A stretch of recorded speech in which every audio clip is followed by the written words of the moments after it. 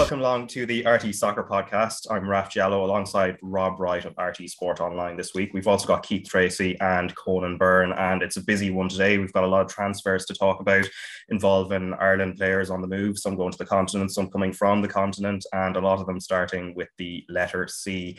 We'll also be talking about the Women's European Championship knockout stages, just as the group stages come towards an end. Tonight, the final two group games take place, and then, of course, there's League of Ireland clubs involved in Europe and a few results to look out for domestically as well. So we might start on transfers. And Rob, I know you're making your podcast or soccer podcast debut, but it's one of those weeks where they've all sort of happened at once. And as I said, most of them seem to have, a surname starting with the letter C as well.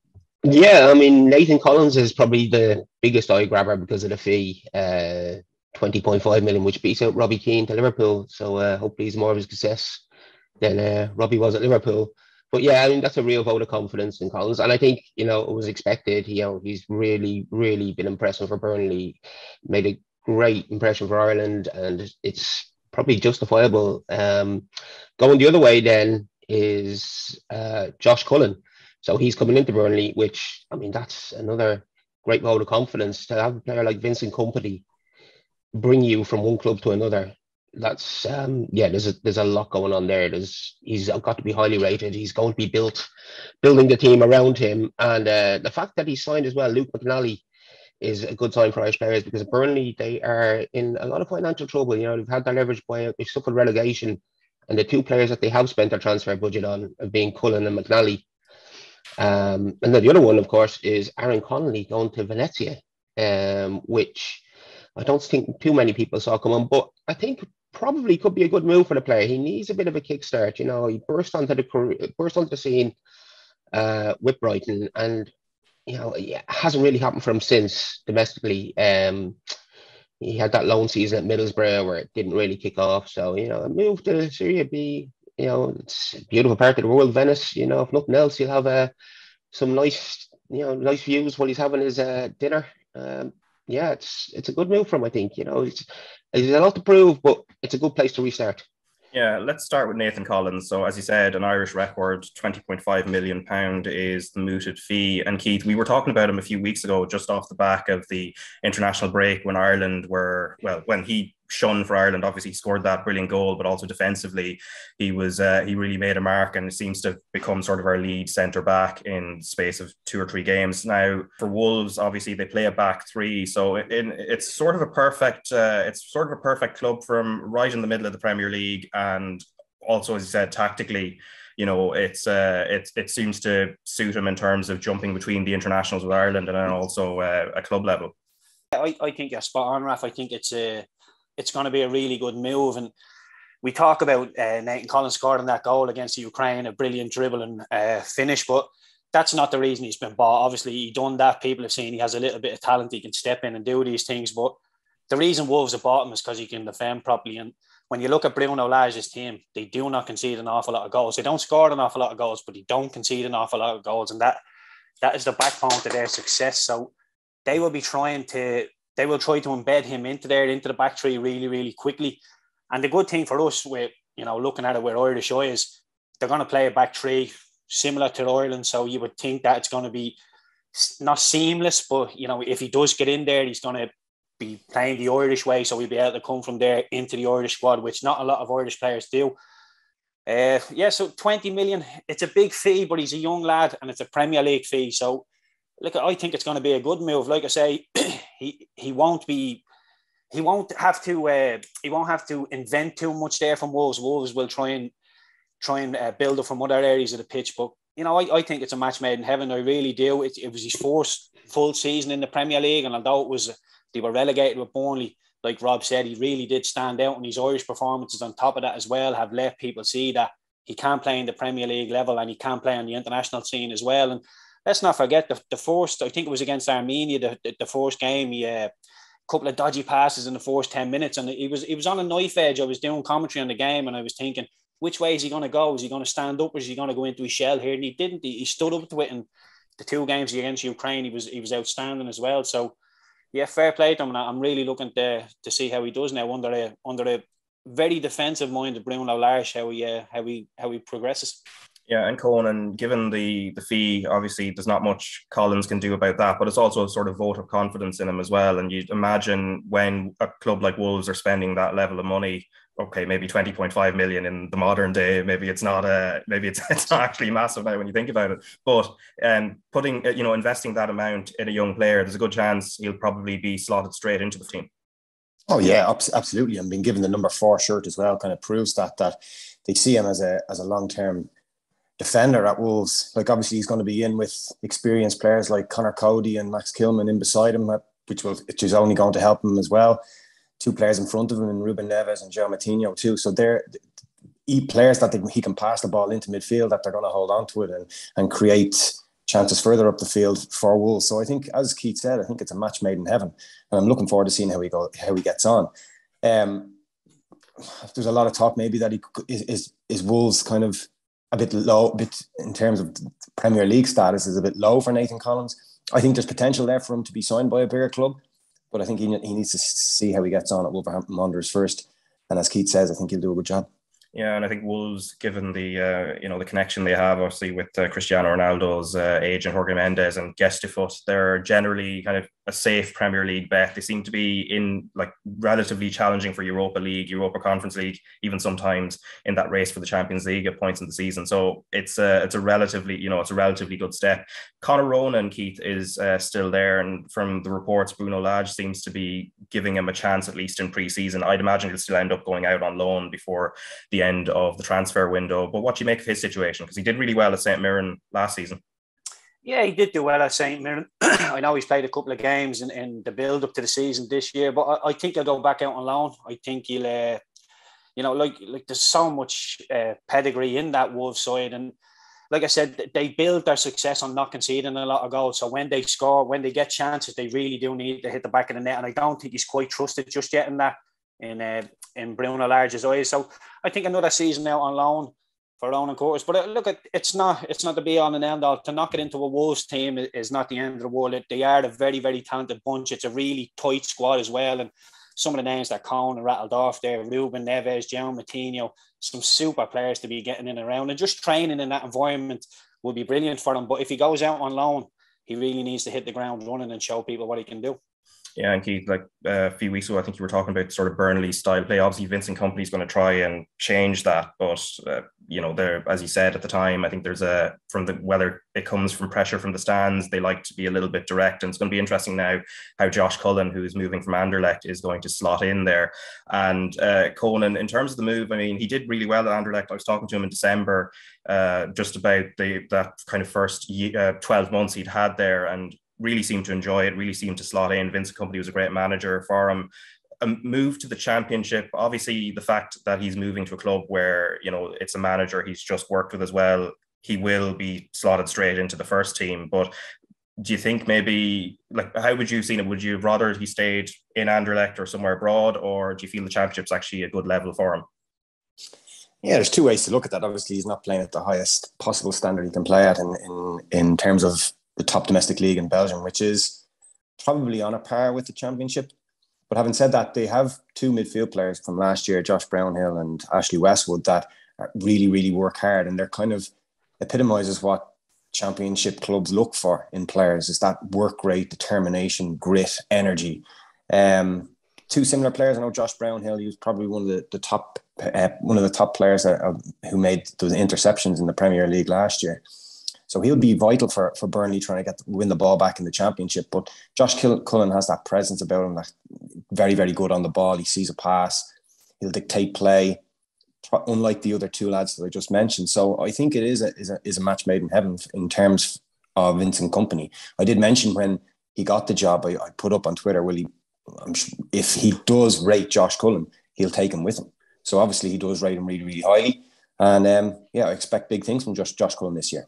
Yeah, he's not Cullen isn't the only Leitrim connected person now on the move as well. Kieran Clark, who I'm also going to claim is on the way to Sheffield United on loan. But beyond, focusing too much on my own county, Tipperary's Shane Long, of course, Rob, on the move, and a fairy tale move back to Reading. Yeah, look, it's it would be, I think it could be his last season, and it's the perfect way for him to go out. I confess, I didn't realise Paul Ince was the manager there. So that'll be interesting. He's a man who likes to play direct football, and in Shane Long, he's got the perfect target up the top for that. So I don't think he'll be going back just for a kind of farewell lap. I think he'll be put to good use. He'll see a lot of game, he'll see a lot of the ball, and probably a lot of it with his back to goal. So I'd expect good things from there. And it's a nice way for him to round things off if it is going to be his final year. Yeah, the Paul Ince factor also relevant in terms of Jeff Hendrick going on loan to Reading, of course, both being midfielders. And I remember talking to Keith Andrews a number of years ago. He would have played and been managed by Paul Ince over a period of time at Wolves first, where they would have played together. And then, of course, Paul Ince seemed to really value him as a player, and he always speaks highly of him. And Keith, I know you yourself also, Paul Ince has been a very important figure in your own career when you were at Blackburn as well. Like, from what you know of Paul Ince, and then maybe what you know of Jeff Hendrick as well, and what you've seen of him, how do you think he'll benefit from actually having a manager like that in the Championship? I think Jeff will benefit having Paul Ince around. Paul Ince gave me my Premier League debut all them years ago, and he was a manager that I had Mark Hughes just before him at Blackburn, and Mark Hughes never really trusted me defensively. So when Paul Ince got the job and gave me my debut and put me in, in the deep end, it gave me a lot of confidence. But he very rarely spoke to me about what to do. It was more my attitude towards the game and how I would, our possession, stuff like that. He very rarely tried to coach me in possession, which was, again, it made me feel great. It made me feel like, excuse me, like I knew what I was doing and I was part of a Premier League setup. So I think he'll be quite similar with Jeff. I think he'll probably put a little bit more bite into Jeff's play. He'll probably wind him up before games and let him know that this is a physical game. And look, the Championship is a physical game. And when Jeff plays for Ireland, he's asked to play a little bit nice football. It's not really getting around, trying to leave a bit on people. I think Paul Ince will like that side of it. He'll like a little bit of hustle and bustle, a little bit of physicality in the middle of the pitch. But we know Jeff has a pass on him as well. So I think Paul Ince will find a nice little medium in there where he's a player, but he'll be also doing the hard graft as well. And yeah, I think Reading next year, I think they'll be all right. I think Paul Ince, when he first came to Blackburn, I have to be honest, he brought a backroom staff for him that weren't really, I don't want to say up to scratch, but I think it was a lot of their first jobs in the Premier League. And Paul Ince, as a standalone manager and a standalone person, he was absolutely outstanding for me. A legend of the game. But just some of his backroom staff at Blackburn maybe let him down, and he ended up getting the sack in around Christmas time. But I feel he's gone away. He's done his homework. He's got some new backroom staff, and I think he'll be onwards and upwards for Paul Ince, and I hope so as well, because, like I say, I have a lot of time for him as a person. Yeah, and then Aaron Connolly moving to Venezia on loan from Brighton, a little bit unexpected. And Rob, I think with the trends that are happening, I think we'll all have to look for subscriptions for Serie B. And obviously, it's easy enough to get Serie A, but we might need to get Serie B subscriptions there somewhere. And the thing, if you want to support Venezia, you're not going to be able to get hold of their jerseys, because apparently they sell out like crazy. They're the most sought after jerseys in Italy. They're kind of a special designer thing. They do this whole pre-sale, and it's a real, it's a fashion statement to wear a Venezia jersey. So Aaron Connolly is going to look very sharp now next season. The away jersey, actually, it's white with green and orange pinstripes, so perhaps that's a good sign for them. But yeah, I think it's a great move, because it didn't happen from at Middlesbrough, and then your option after that is, do you drop down to League One? Really, because it hasn't happened for you in the Championship. Is it League One then? And they were relegated from Serie A last season, but they were a Serie A team last season. They finished bottom, but they didn't lose too many players. So I think it's a great move from and it's going to be very interesting to keep an eye on all the players over there. It's definitely have to get some subscriptions going on. Just on Connolly's move, obviously he's the sixth Irish player that's made the move in the last few months. We've had James Abankwah, Festia Basele going to Udinese, Liam Kerrigan, who I think I saw him scoring a preseason goal there. It was all over Twitter there for Como, and obviously Cathal Heffernan and Kevin Zeffy to the two Milan clubs as well. And then, as I said, Venezia, it's a club that had Ethan Ampadu there last season. I saw a little bit of them when they were playing Roma, I think it was, and possibly against AC Milan as well. And I mean, yes, relegated to Serie B, but as you said, Rob, in terms of their level is pretty good. So let's see how Aaron Connolly gets on there. Keith, just thought, what did you make of that move? And we were talking to David Connolly a few weeks ago, and he seemed to be kind of worried about his namesake Connolly's development. And we were kind of wondering whether, obviously the Middlesbrough being his first loan, that didn't seem to work out, and what was coming next. And this is sort of a left field move, but possibly that left field that it actually could spark something. Yeah, I see two sides to this sword, really, Rafa. Going away, getting away from England is great because, I played my whole career in England and it's very intense. And I am speaking from the outside here, but it just seems to me when you come away from the top divisions in any, Spain, Italy, Germany, anywhere, if you come away from the top leagues, it seems to be a little bit less intense. But the Championship, although the quality maybe comes down technically a little bit in the Championship, the intensity is just the same. When you go to restaurants, cities, it's everywhere, absolutely everywhere. So Aaron Connolly going away, I think it might just be a little bit less stressful for him. It might bring a bit of love back into it. He might, like Rob says, lovely surroundings over there. It might just kickstart a bit of love in him. But the one thing for me is I had offers while I was playing to go away, to go to foreign countries, and I was always a little bit tentative because it's very easy to be forgotten over there. He could go over there and play 7 out of 10 most weeks, but he'll be forgotten. He needs to go over there and he has to stand out. He has to be one of the top players every week in the team, because if not, like I say, it's very, very easy to be forgotten. But for me, he's gone to the Championship, he's gone to Middlesbrough, probably didn't work out. Is he going to go to another Championship club that maybe he's going to play a little bit less football, a little bit more direct?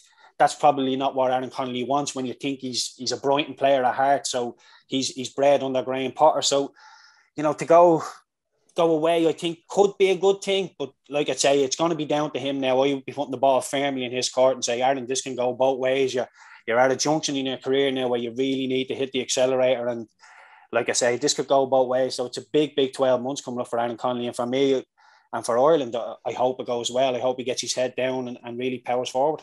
Yeah, and obviously Stephen Kenny and his staff and his scouts will be keeping an eye on him, as we've seen with Josh Cullen sort of establishing himself once he went to Anderlecht, which might have seemed a little bit out of sight, out of mind. And Conan, like similarly in terms of his Ireland prospects, because he's sort of fallen out of the picture. He's not quite out of it, and injuries did play a part in that as much as form did. But as Keith said, going away where you are sort of out of sight, out of mind, how do you think it impacts over the next season? Obviously, form being the determining factor, but how do you think it impacts his chances of pushing his way back into the squad?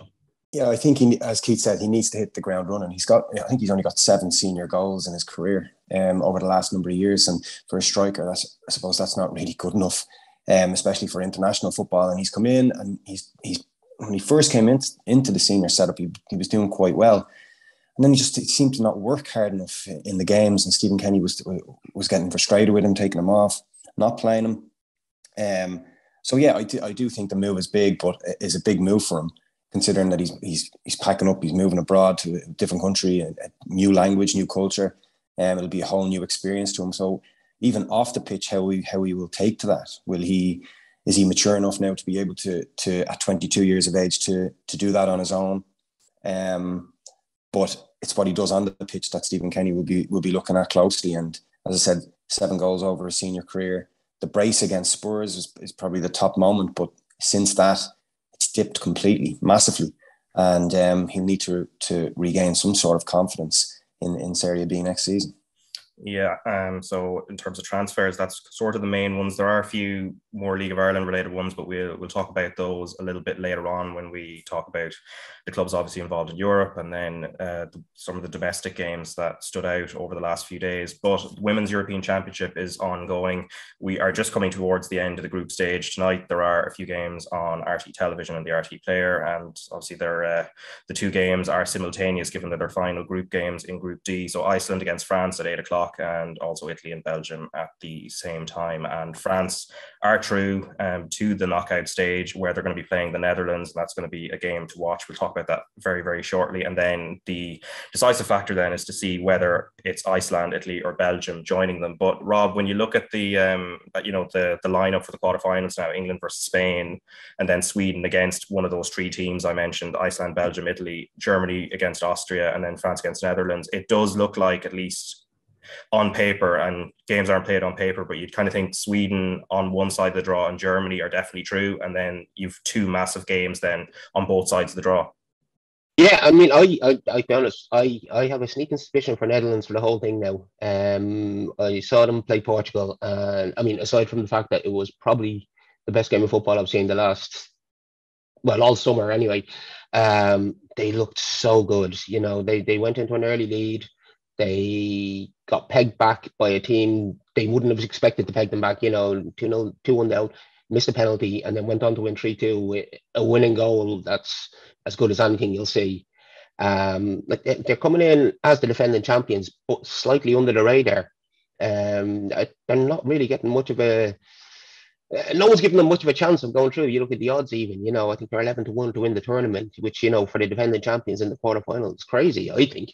I think England, Spain, yeah, England. The hype train is there. You would expect them to beat Spain, Sweden. You know, it's funny because I feel like England, you know, they drew the first game, or they won the first game 1-0, and everyone was a bit down on them. You know, as they were expected to go out and hammer it, and that didn't happen. It happened in the next two games, and everyone's kind of forgotten that performance against Austria. But I think things could go wrong for England and go wrong quickly. And it wouldn't surprise me if they don't make the final, which I think people are automatically assuming they will.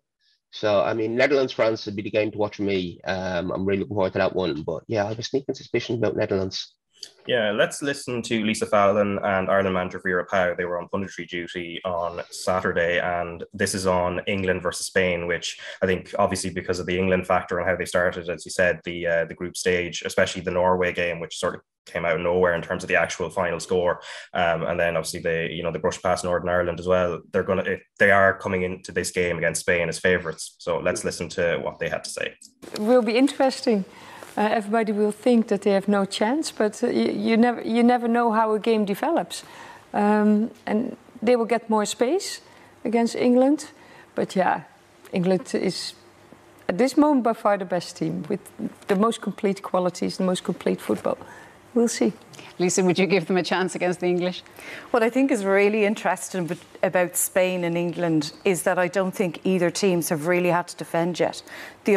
When Spain had to defend against Germany, they conceded 2 goals. They didn't really have to defend against Finland or Denmark, both teams playing in a low block. England haven't really had to defend yet. They've had big wins in pretty much all their games. So I think it's going to be fascinating. But if you put it down to the attacking quality, I think England probably have a bit more in that dimension. But again, I think that game will come down to who can defend and who can be more ruthless. And England have been much more clinical than Spain have been.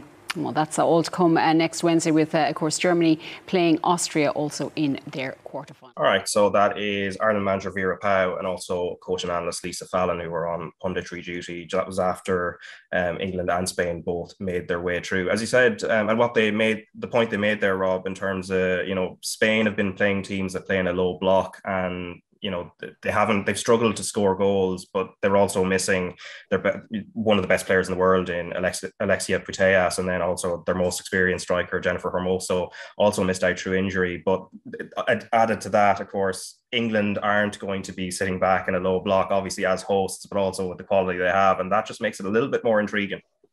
Yeah, I think Spain, the Germany results surprised a lot of people, and they lost 2-0 to Germany. I don't think too many people saw that coming. And England, England, well, the pressure is on England. The fans are there, and it's all well and good when they're winning 4-1 and knocking in goals, and 5-0 against Northern Ireland, and the Mexican waves are going around the stadium. But like I said, things got tense against Austria, and if Spain can keep them quiet for the first half hour, it could get very interesting. I just don't know how patient the fans will be, because the expectation has been there for goals. So if it goes a bit quiet, it could get interesting. Yeah, and it'll quieten the calls for it's coming home, which I think I've heard a couple of chants through the TV screen. But also Lisa Fallon and Peamount United's Karen Duggan, who were also on punditry duty yesterday on Sunday after the Dutch made their way through. They were talking about the Dutch, but also Karen Duggan was talking about Sweden's chances as well on the other side of the draw. Karen, we didn't see the Swedish game in its entirety, but 5-0 suggests that they did turn it on today. But it was about time for them, wasn't it? Yeah, it was. I did think they were the better team against Netherlands in the first game, and they only came away with a point. And I was wondering if they perhaps weren't clinical enough. They righted that today, so obviously put in 5 goals against the Portuguese. I think Steph mentioned it. When they play against teams who are more expansive, they can cause damage. So it'll be interesting to see how teams kind of are aware of that now. OK. And France against the Netherlands in a quarter-final, it certainly whets the appetite, doesn't it? Oh, it does. It's a game I can't wait for. And to think that Netherlands still have Vivian Miedema to come back into their team. 5 goals or 4 goals today. But for me, the real find for the Netherlands has been Van Domselaar. I think she's been outstanding. Losing Van Veenendaal in the first game was a massive, massive blow to them. And it must give them great confidence that their young goalkeeper has really stepped up to the mark for them. That was the Van Veenendaal, the goalkeeper, had, I think, 98 caps. And then when you looked at who the number 2 and 3 were, both had 1 cap each. And obviously one of them then getting the nod, but having done quite well. Karen Duggan there, as you saw, of Peamount United, she's going to be in cup action in the quarterfinals. The draw was made on Tuesday with Athlone Town playing Cork City, Bohemians against Sligo Rovers, and then a massive one, Peamount playing the league leaders Shelburne and their biggest rivals, and then Wexford Youths against DLR Waves. And then the results at the weekend were interesting in terms of the title race, Rob. So Bohemians 3, Treaty United 0, Galway 5, Cork City 1, but it's really Peamount losing 4-0 at home to Shelburne, who are league leaders and seem to be kind of slowly, they were being reeled in and then sort of are starting to run away with it again. And then DLR Waves against Wexford Youths, 0-0 draw. Wexford falling out of the picture. And then the final game, and I think it's sort of interesting, Athlone Town, who at the beginning of the season were flying under the radar, but are now second in the table, beat Sligo Rovers 2-1. And yes, they're 8 points behind Shelburne, but it's more also the fact Wexford are 9 points down from Shells and Peamount are a whole 13 points down. I don't, like last week we were suggesting, and there's some disagreement whether the men's Premier Division is sort of well and truly over. I think this one, potentially the Women's National League, we can possibly call a halt to it now. I think the thing is, and it's the same really in the men's league, it's a lack of consistency from teams. And if anyone can put together any kind of run, they shoot up the table. I mean, back-to-back wins for Athlone, and then suddenly they're second, Wexford, they win a game, they draw a game, they lose a game. It's not what you'd expect. And Peamount, you really don't expect to see them down in 4th place, So, yeah, I think it's definitely over and done with Shells. They've lost twice. They're 8 points clear, and there's no one behind them that seems to be able to put any kind of string of results together.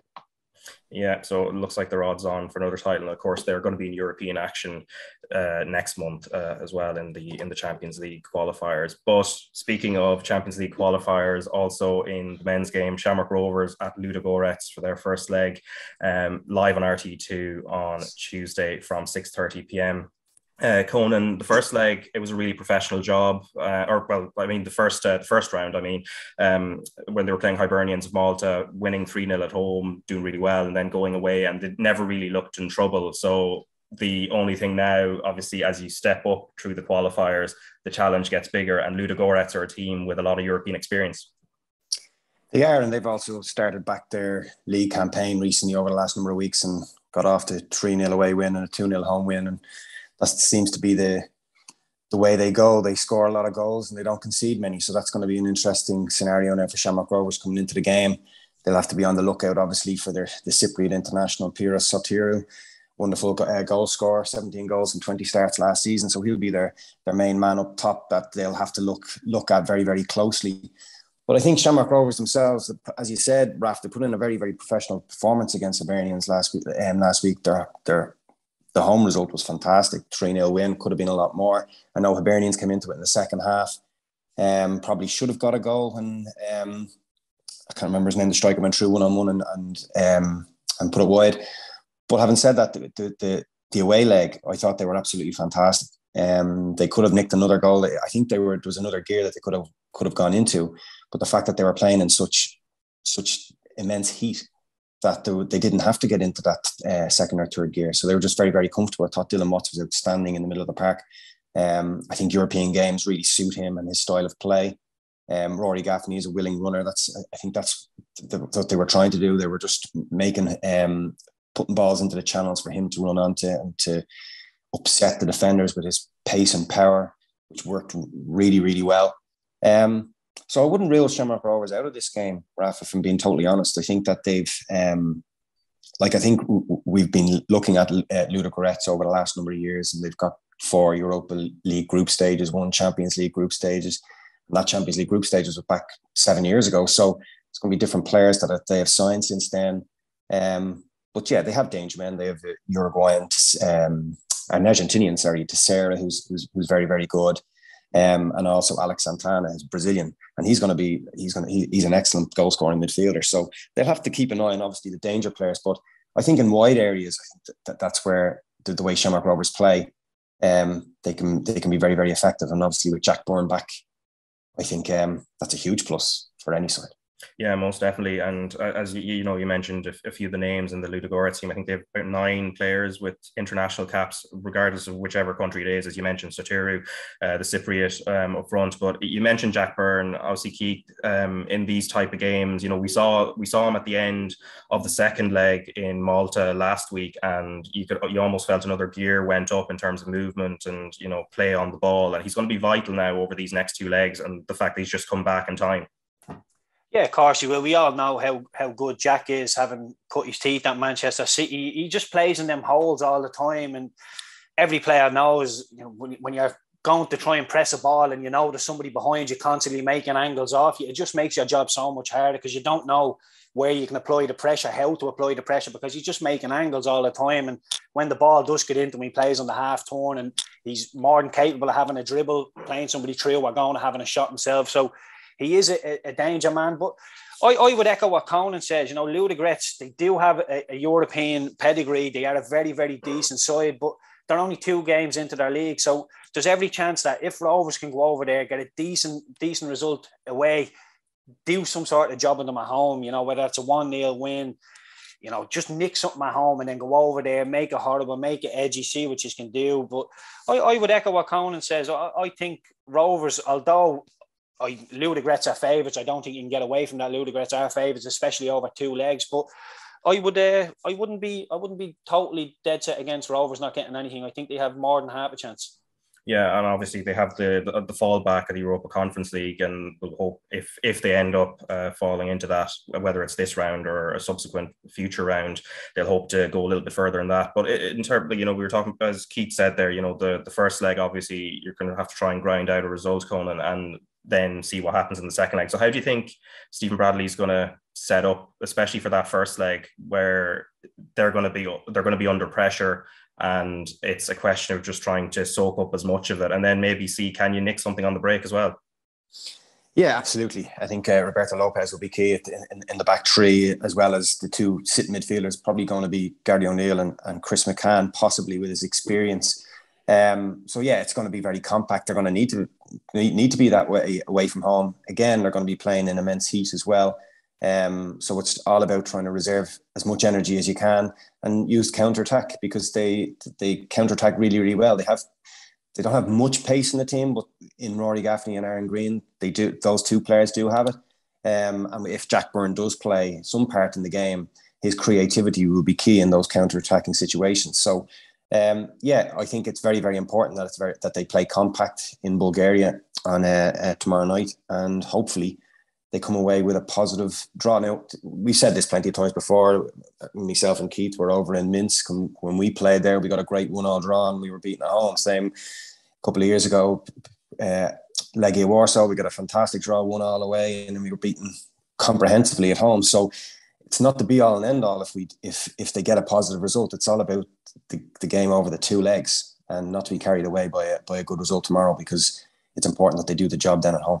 Yeah, and then in the Conference League now, Pat's got a bye to the second qualifying round, but they're now playing Mura of Slovenia, and they beat Svintul Georgi 4-2 on aggregate over the last couple of weeks.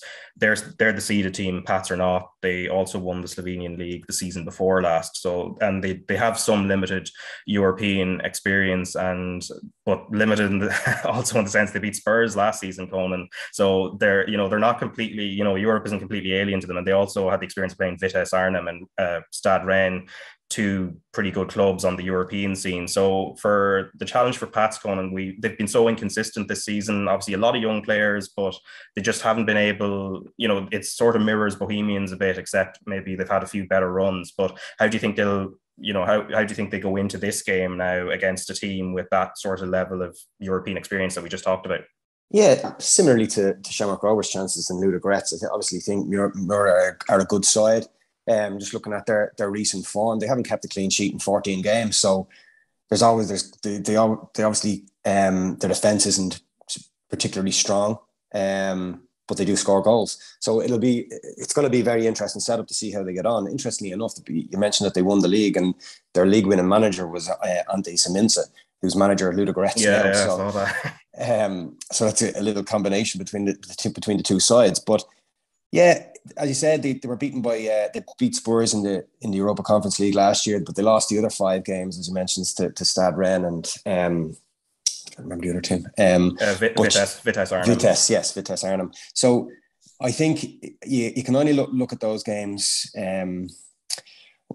because like Spurs didn't really play a particularly strong side in those games in the Europa Conference League, and they weren't in a great run of form at that time either. And as you mentioned with Pats, they played very, very well on Friday night. Myself and Keith were both at the game.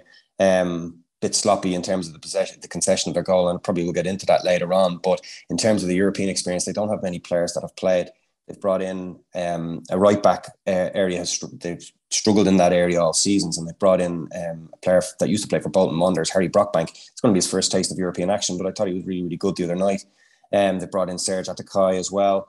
Played in Finland for the last number of years, so he looked really, really good on the ball. Typical European player. So it's just going to be very, very interesting to see how they get on, because Owen Doyle's going to get a taste of European action again for the first time in a long time. I'm sure he's going to savour that experience as well.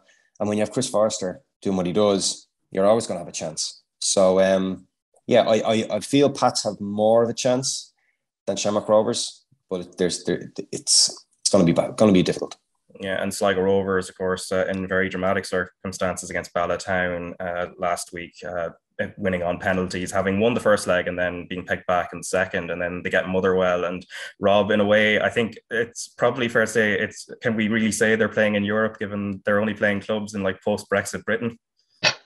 Yeah, it's a bit of a homecoming as well. Like, Jake Carroll, Ross Tierney, Robbie Mann, they'll all be familiar to Irish football fans.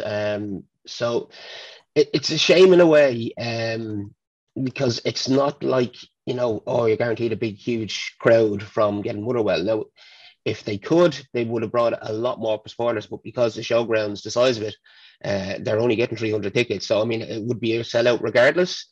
So it's a bit of a disappointment, I suppose, in a way, that they're not getting a big European away trip.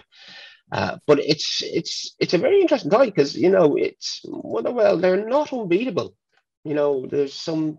There's reason to be hopeful for Sligo there. And yeah, I mean, they've got the goalkeeper link there as well, Ed McGinty. Now whether or not he's still there, I suppose by the time the game comes around with the transfer links, you don't know. But yeah, it's an interesting one, and definitely there's a result to be played for there for Sligo, I'd say. Yeah, and as we said with last week's game, Conan, against Ballatown, obviously I think the ideal would have been, and I think maybe it sort of cost them a little bit against UCD then on Sunday, but had the fact that they'd done the hard work of winning the first leg in Wales, and then obviously getting pegged back in the second leg, even going through on penalties is great, and Ed McGinty being the hero and everything else, it's a great story, but I suppose the effect of having to play those extra minutes maybe will come at a little bit of a cost. Look, there's no beating around the bush. I was really disappointed in Sligo Rovers' performance last Thursday, and I think even John Russell, the manager, said it after the game, how disappointed he was. They should have finished the job. They had to rely on a wonderful piece of goalkeeping twice by Ed McGinty in normal time. I don't know how Ballatown missed that chance where your man was 3 yards out and hit the crossbar in extra time. And then they had to rely on Ed McGinty in the penalty shootout. So I echo what Rob said. I think Motherwell are a beatable team, but with Sligo currently the way they're playing, I can't see them getting past Motherwell, even though Motherwell's form they've only played a couple of pre-season games, and like Keith said about Ludogorets, they haven't played many games this season. Like they lost to Dumbarton 1-0, they lost to Millwall 2-0, and they played an Austrian team in the 4th or 5th tier. They won that game comfortably, but at the same time, you're preparing for a big game here, and having only 3 friendlies under your belt is probably not the ideal scenario going into a game of this magnitude for Motherwell. So Sligo should grab that with both hands, but I just worry about their form.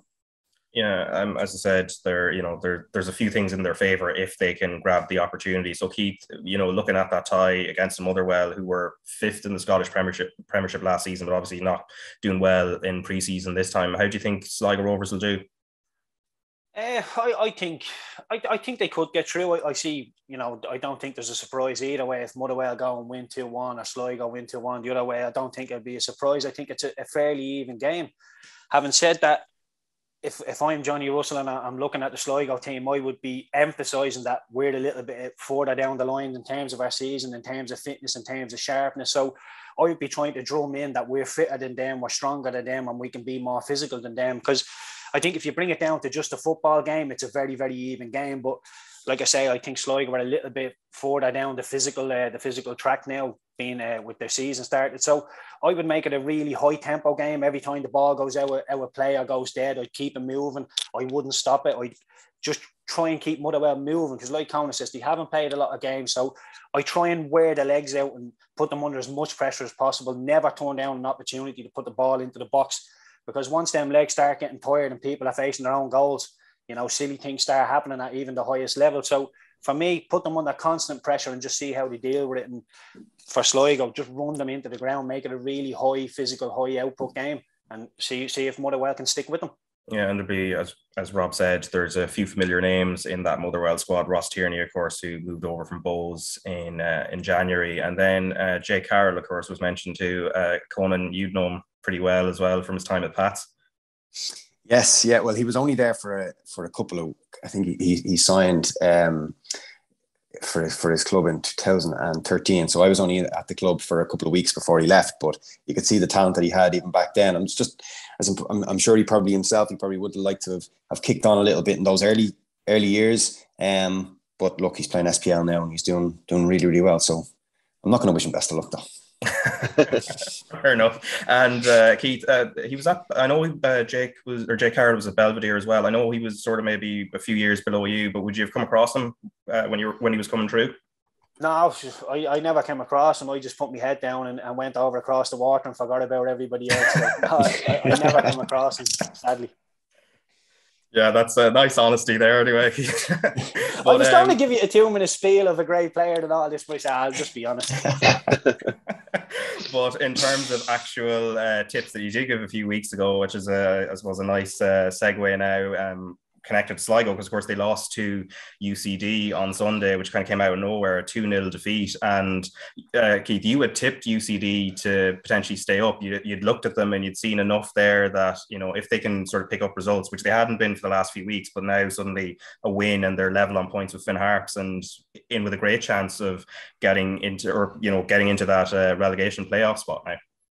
Yeah, well, I done the co-commentary for Pats against UCD. I remember watching them. I know Pats won the game, but when the last 15, 20 minutes, and there was pockets within the 90 minutes that I thought, UCD aren't bad here. And Liam Kerrigan come off the bench. He really impressed me. His very direct running style was causing an awful lot of problems. Pats actually had to change their formation. He went from a 3 at the back to a 5 at the back, and the whole impetus of the game changed. And I just thought, if UCD can replicate this a little bit more for longer periods and games, I can see them getting out of this. And, look, they're not going to climb up the league and start challenging for Europe anytime soon. But I just think in a straight out battle between them and Finn Harps, I think Finn Harps I think UCD have a little bit more talent going forward. Defensively, I think Harps are a little bit stronger. But, we'll see what comes of it. For me, I tip UCD just to get their noses in front before the line comes. Yeah, it's nice when a prediction sort of works out. So I'd imagine you're enjoying that one. Very Obviously, rare as well. Very rare when it does happen. Yeah. Obviously, you mentioned Liam Kerrigan there. He's obviously gone now, and they've also lost Eric Yoro, who's gone to Bolton. So that's always the challenge they're going to face. But from Finn Harp's point of view, Conan, I mean, I was putting my notes together as the game was going on yesterday against Derry City in a derby, and you never know what happens in a derby. And it was a case of, oh, look, this is a great result for Finn Harps. I mean, it's great response for them as UCD are going and beating Sligo Rovers, and then in the last 10 minutes then Graydon scores, and then in the third minute of stoppage time James Akintunde, and also the narrative changes for Derry City because they're coming off a week where they had lost over 2 legs against Riga without really being able to show what they're capable of. And when they're trailing 1-0 to Finn Harps, you're sort of a little bit worried about them based on their sort of recent form over the last few weeks, and then that happens, and that could be massive for them, especially the nature of the win.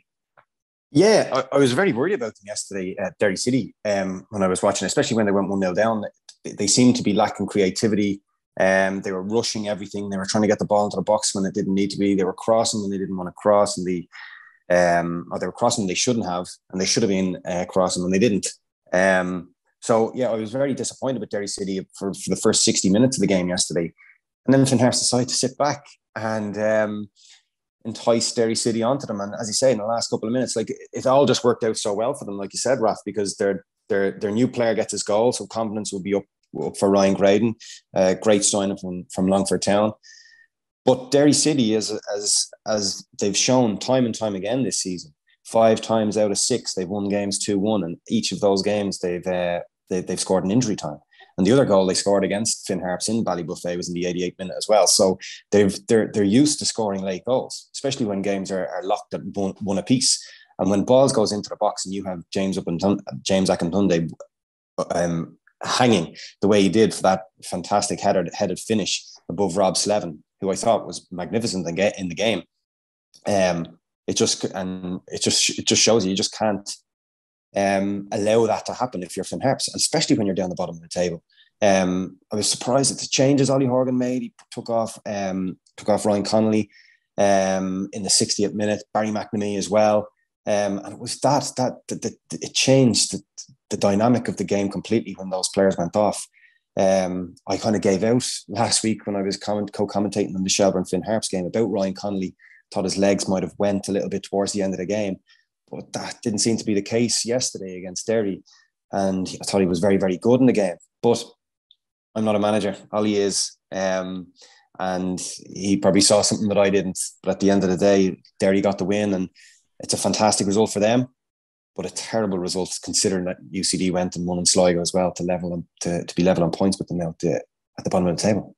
Yeah, and they're both Finn Harps and UCD on 12 points there. Finn Harps have the advantage by 9 goals on goal difference. And then Rob at the top, I mean, I didn't quite get a telling off last week when I called the title race early. Shamrock Rovers, though, 8 points clear of Derry City, and then Dundalk, another point below. We'll talk about Dundalk Pats very, very shortly. But the way the table looks, Rob, it seems like it's sort of Shamrock Rovers slowly inching away without having played games in the last few weeks. And then you've sort of that Derry City, Dundalk, and then there's a whole sort of mass of clubs that are massively inconsistent after that. I mean, I think you can take the inconsistency right up to, I know Derry put a few results together in the last while, but like beneath Rovers, there's no one can string run of results together. And you see it, the table will go, Rovers will, have played a game extra. It'll be sitting there doing the maths, maybe if Dundalk win their 2 games in hand, okay, then it's down to such and such. But every time there's a chance to close the gap, it goes begging. There's just no real consistency here. And I think the European places, if St. Pat's, even if you look at Sligo, if they could win their game in hand, they're a point behind Pats, and then Dundalk start losing again, it's wide open. I think still, it's those top 2 places are second and third. Maybe Derry you'd give the nod to, if they keep on going the way they're going, especially the nature of that win against Harps. You'd say there's maybe there's a bit of stickiness there, but aside from that, it's really up for grabs. And I mean, down the bottom, there's no one catching Drogheda between Harps and UCD, but I think the whole thing is it's just there's no consistency. No one's able to put a string of results together, and it makes a very interesting finish to the season outside of Rovers. Yeah, and Dundalk, as I said, 9 points behind Shamrock Rovers after that draw, 1-1 draw at St. Patrick's Athletic on Friday, and they don't have any games in hand anymore and picked up 5 points from a possible 12 since beating Rovers. You mentioned, Keith, being at that Pats Dundalk game, and you know, as we look at it there, the importance, I guess, from the Dundalk point of view is to sort of consolidate that top 3 position now and make sure they just get into Europe. Yeah, well, that'll be the aim. I think for me, Rovers have won the league. I don't think they will be caught.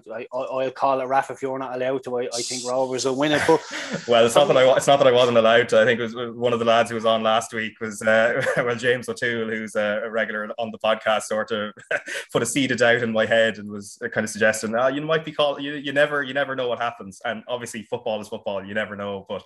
To be honest, you're giving me confidence again now, so I'm going to. Because he's a Derry fan, Raf. Oh, I know. Yeah, I know he's a Derry fan. Yeah.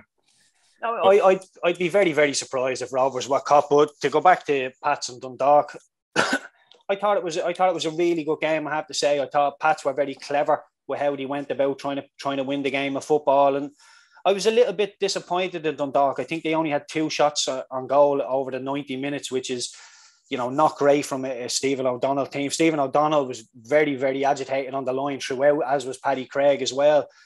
But for me, the way Pats went about it was brilliant. I know Pats are a passing team, but sometimes you have to hold your hands up and say, Dundalk's press is good here and we'll just play over it. And once or twice, even more than that, probably 50-50, every now and then Pats would play out from the back, but once or twice they just chipped the ball along to Owen Doyle, play into his chest, and they got numbers into the area and just played from there. And I think Dundalk were a little bit caught by that. They were very wasteful as well in possession from time to time. For me, Pats overall, probably 70% of the game, they were in control. But for me, yeah, Dundalk weren't great. But I would credit Pats with that.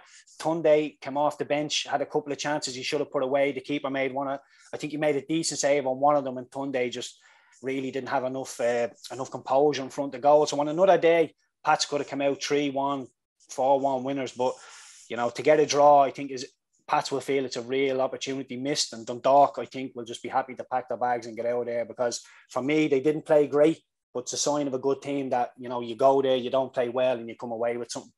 Yeah, and the other game on Friday, it was Drogheda United losing 1-0 at home to Bohemians. Liam Burt with a brilliant goal, and that's the first time, Conan, you know, that they've strung back-to-back wins together. I mean, it's like the proverbial Dublin buses. You wait for one, then 2 come at once. And I'm using the Dublin bus reference obviously because of that jersey they put out there recently. So it's vital for them. I mean, when we were talking about that couple of games that was coming up for Bohs, you know, it was those 2 games against UCD and Drogheda were both flagged as, you know, must wins to try and get some level of momentum, and Conan, they've done it.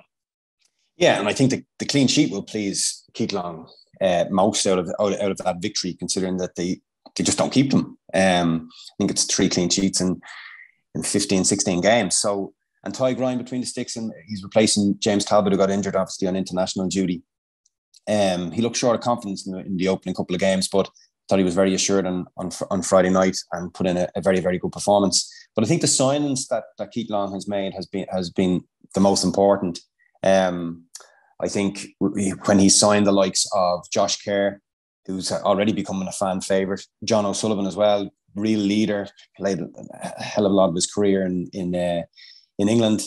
I think when you bring those type of players back to the club, they were needed. There was no leaders. I've said it numerous times since the beginning of the season. I felt that they've been missing that leader since Rob Cornwall left. Obviously, Keith Buckley left. Talbot's been injured. So it's great to see those type of players now grab games by the scruff of the neck and let the creative players do the work. And that's what they've been doing. Liam Burt with a fantastic finish to win the game. Drogheda, unfortunately, they've only got 1 win and 6 now. Obviously, it was a great win as well against the Louth in the Louth derby where Dean Williams scored.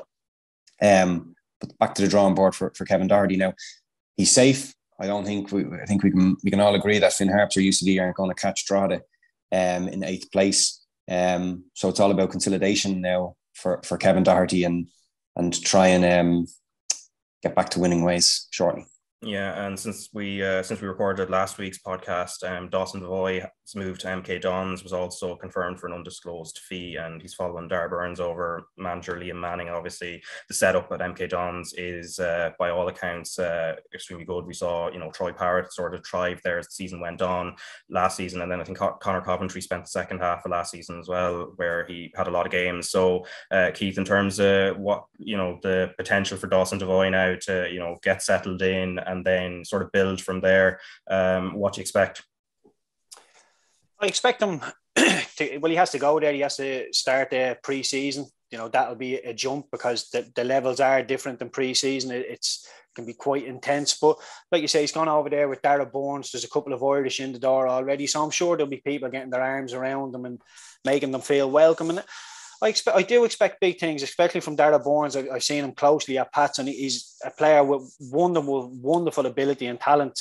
It's just whether he can get his attitude and be able to, he's a young kid. So the question mark that's always over there is, can he do it on a consistent basis? And he's at a place now where he always wanted to be. He's in England. He's playing football. He's playing professional football, and MK Dons is a level now that if you start doing well, you will make the Irish squad, or you could even make the Irish team. So I would be in Darragh Burns' ear, I'd be in everybody's ear, the Irish lads' ears, and say, if you play well here, lads, there's a platform to get into that Irish team. So go and grab it with both hands. Yeah, and in the first division on Friday, Bray Wanderers lost 2-0 to Treaty United, Enda Curran with a brace there, and then Waterford got a 5-0 win at Cove Ramblers, and the big game, it was Cork City against Galway United. Let's listen to the two managers, because there was a lot, while it was a stalemate in terms of the scoreline, a lot did happen in the game. Ed McCarthy sending off for Galway. Cork weren't able to take advantage, so let's listen to Colin Healy first. It was a difficult night. As I said, they went down to 10 men earlier on, and Eddie got sent off, and we didn't make the most of it, and that's probably down to ourselves. I didn't think we kept the ball as well as we could have, and listen, we had a few chances in the second half, but they were probably half chances. Listen, Galway defended well, but we didn't make the most of it. Why didn't you make the most of it? Sometimes that happens. Listen, it's probably decision making in the final third, and probably we didn't move the ball quick enough. Sometimes that happens, and it's like when we were up in Galway the last time. Listen, we got a player sent off, and you sit in, you defend, and sometimes it can be hard to break down a low block. Listen, we put in crosses from deeper areas, and we came up getting across the front, but it's just probably we just couldn't get that goal tonight. And they're a very good and solid team, and hard to break down when they drop back like that. Lewis Britton made his debut. Talk to me about him. Why did you bring him in? I just felt like, obviously, because Lewis is he's very good. He's very good in the air, and if you're going up against the low block, if the crosses coming in from wide areas, then obviously with Lewis's height and his ability to go and tack the ball, it would be a change that we had to make. I'd say Rory Keaton he's been brilliant for us, but he got a yellow card beforehand, so I just didn't take a chance. Obviously, with him getting sent off up in Galway, it was just probably I just needed to be careful on that one. So that was only I said he did nothing wrong. It was just probably a change that I had to make. All right, so that is Cork City manager Colin Healy speaking to Oisín Langan after that 0-0 draw. Let's listen to John Caulfield, who wasn't too happy with the red card for Ed McCarthy, which happened very early on in the game. We were really dominant and enjoying the occasion, and the sending off, which is a yellow card, the officials linesman, the fourth official says yellow card, the referee sees red, and you come into a place here where you want your players to be calm and you want composure, and the man in the middle decides it's a red card, and he's a very experienced man, and look, we all make mistakes, but it just changed the whole dynamics of the game. And then obviously if you're asking me then after that, when you know you have to soak up so much pressure, you're happy to get a point, of course we are, but Finnerty had a header saved by Cork in the second half, so we were slightly dangerous on the counter-attack, but overall, down to 10 men here, after 17 minutes, you have to say a point was a good result. Did you get an explanation as to why it was a straight red? Was it because it was more of a kick than a trip, or did you get an explanation? I'm not trying to put words in your mouth. It said he felt violent, but the problem, Oisín, 99 is 100, it's a yellow card. Yeah. We all see it every day of the week in matches as well. But you come to an occasion where 6,000 people, massive occasion, it happened in front of us in the dugouts, fourth official goes yellow card. I'm not freaking the red, okay? Well, he can say whatever he wants. He can say this 99 times 100, that's a yellow card. The problem there changes the game because this is the top two teams. Great atmosphere, great occasion. People want to see a fantastic match. And it wasn't a fantastic match afterwards. It just changed the whole dynamics of the game where both teams having to go off each other. We had to sit in, okay? And even though the lads did brilliantly and we were trying to play on the counter-attack, it just changed the game from first opening 15 minutes where we were going all out to try and win the match. And that's what's frustrating about it because, there's livelihoods at stake. Everyone anyone can make a mistake, but there's what I call that was a straightforward decision and the wrong decision was made in that situation. Do you know what I mean? All right, so that is Galway United manager John Caulfield, and not too happy with and speaking to Oisin Langan as well, but not too happy with the red card, Conan. Very clearly comes through. No, and I'd have to agree with him. Obviously, that Ed McCarthy notices Cork on the break, and then it's just clipping of the heels more so. I know I can understand maybe where people are saying it's a kick out, but you're just kicking someone else's leg to clip the heels so that they don't go. It's a yellow card all day long, Raf.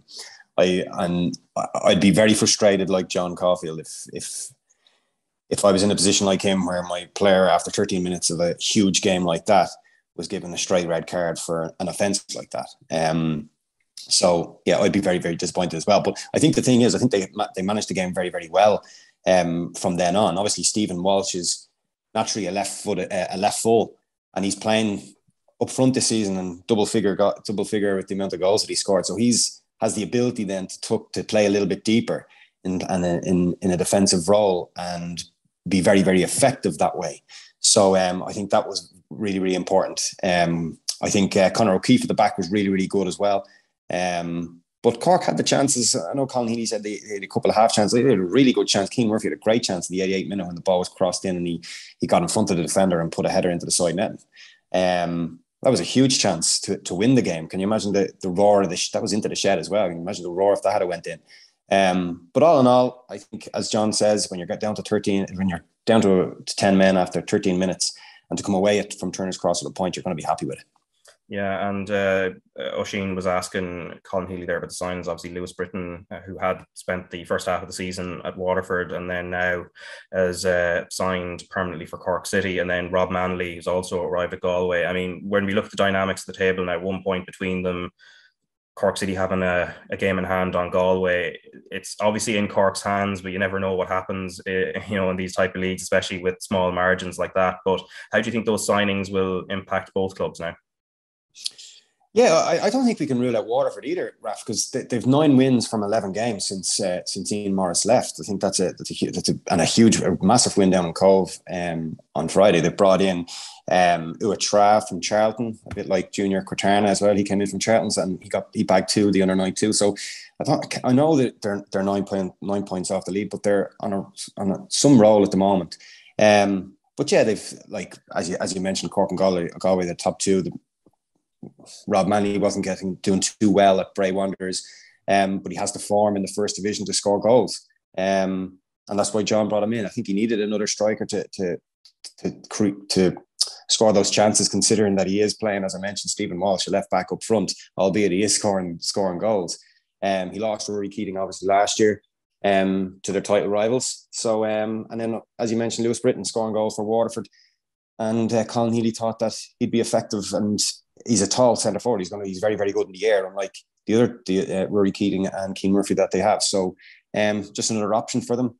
And let's looking forward to the next few weeks of the season to see where it goes. Yeah, and there was one final game in the division as well on the Saturday, which was Longford Town losing 3-1 to Athlone Town in the Midlands Derby. And given Athlone's form, I mean, that's come out of nowhere, Conan. And it's obviously a brilliant result for Athlone. I'm sure Longford fans, given it's a derby as well, won't be too happy. But it's a huge one for Athlone, who've had a hard time over the last season and a bit.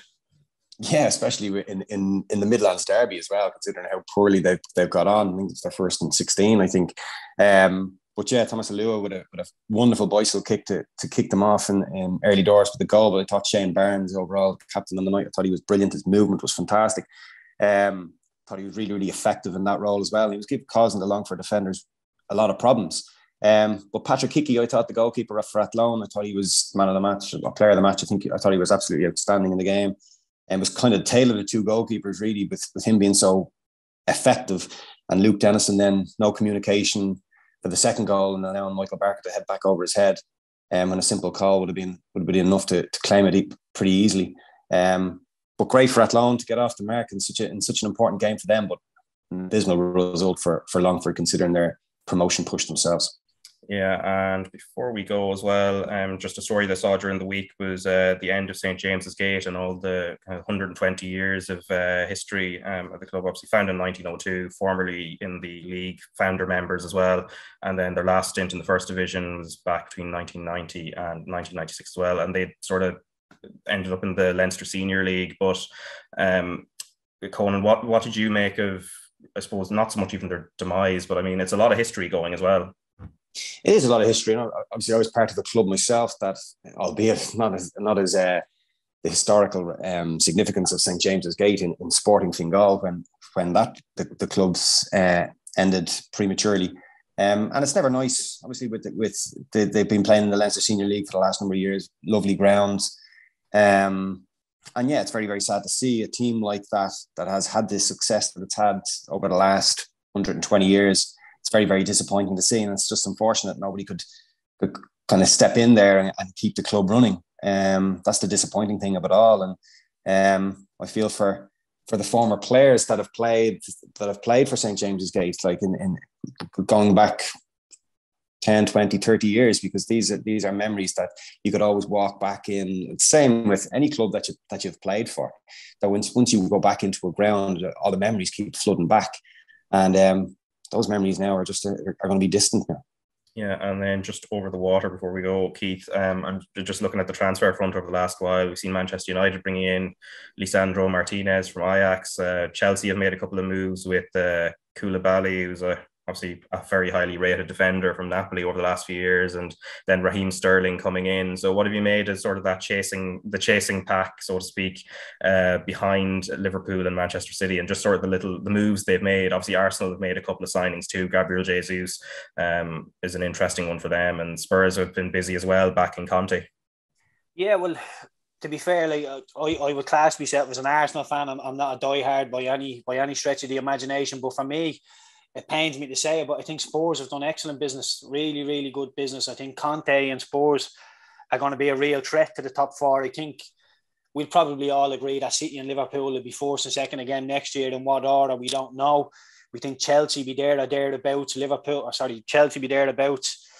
But there's just going to be there's so many decent signings that Spurs have made, and with the likes of Kulusevski staying there, Son staying there, Kane staying there, and the little bits of maggots that Conte is bringing in is excellent. But I think Arsenal have done good business as well. I think Gabriel Jesus is a really decent signing for them. I think that's what they were calling out for as a striker. But for me, Arsenal problems are in the centre of the pitch. I know we have Odegaard in there. He's a younger player. But for me, the Swiss captain, Xhaka, he's not quite up to it. I think he's a red card merchant. He gets carried away at times. And he's one in really tight games that I leave a question mark over. So I've heard Ruben Neves' name being touted around from Wolves to come in for him. If Arsenal were able to do some sort of business like that, I'd be absolutely over the moon. But for me, I think Spurs have just done the best business so far.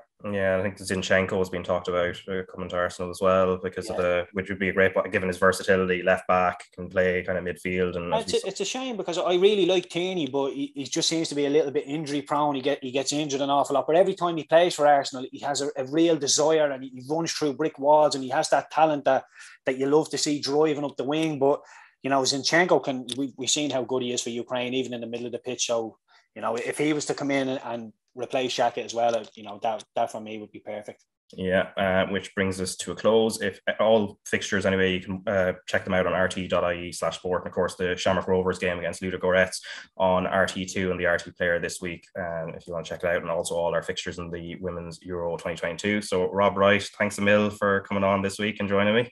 And also Keith Treacy and Conan Byrne, thanks very much. Let's all jump into an ice bath because I'm absolutely boiling. I'm absolutely boiling here. All right, we'll chat to everyone next week. Okay, thanks.